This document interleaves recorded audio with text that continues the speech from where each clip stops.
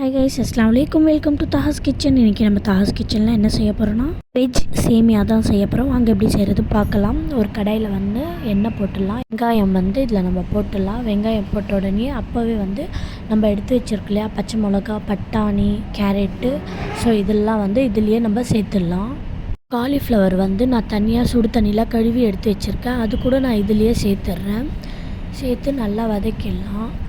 கொஞ்சம் லைட்டாக வந்து மஞ்சள் தூளை வந்து நம்ம இதில் போட்ட பிறகு வந்து உப்பு கூட நம்ம இதுலேயே சேர்த்துடலாம். உப்பு கூட சேர்த்து நல்லா மிக்ஸ் பண்ணிடலாம்.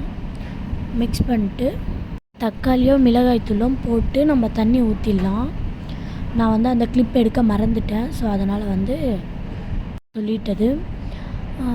இப்போ வந்து நல்லா தண்ணி வந்து கொதிச்சிட்ருக்கு. கொதித்த பிறகு வந்து நம்ம சேமியா வந்து எடுத்து வச்சுருக்கிறேன். சேமியா நான் வந்து ஒரு பேக்கெட் சேமியாவுக்கு தான் செஞ்சிட்ருக்கேன்.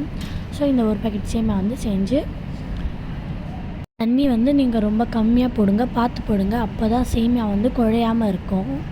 ஸோ வந்து இந்த மாதிரி போட்ட பிறகு இப்போ வந்து கொத்தமல்லி தூவி லைட்டாக சேமியா வந்து தண்ணியில் ப்ரெஸ் பண்ணி விட்டு நம்ம எடுத்துடலாம். ஆஃப் பண்ணிடலாம். இப்போ வந்து இந்த மாதிரி சேமியா வந்துடும்.